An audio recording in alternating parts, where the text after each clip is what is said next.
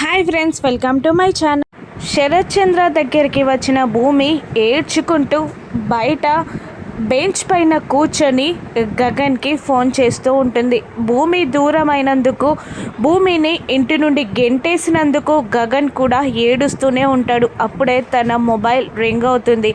భూమి అన్న caller ID చూసి ఫోన్ లిఫ్ట్ చేయకుండా కట్ చేస్తాడు గగన్.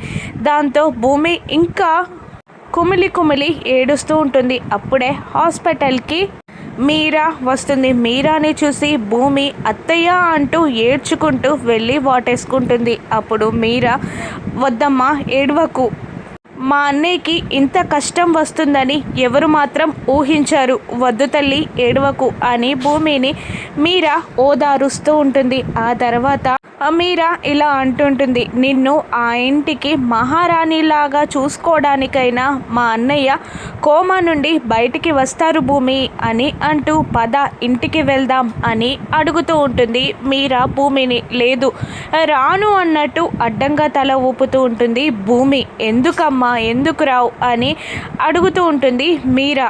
నేను ఆ ఇంటికి వస్తే నేను ప్రాణంగా ప్రేమించిన గగన్ గారు నన్ను వదిలేస్తారు, నా ముఖం కూడా చూడరు అని భూమి అంటూ ఏడుస్తూ ఉంటుంది. అప్పుడు మీరా కాస్త కోపంగా ఏడుస్తూనే, అంటే వాడి ఒక్కడి కోసం నువ్వు మా ఇంటి మొత్తాన్ని వదిలేస్తావా అని అడుగుతూ ఉండగా, వదిలేస్తాను, నాకు ఆయన కన్నా ఎవరు ఎక్కువ కాదు, నా ప్రాణమే గగన్, గగన్ గారి కోసం నేను ఎవరినైనా వదిలేస్తాను అని ఏడుస్తూ ఉంటుంది భూమి.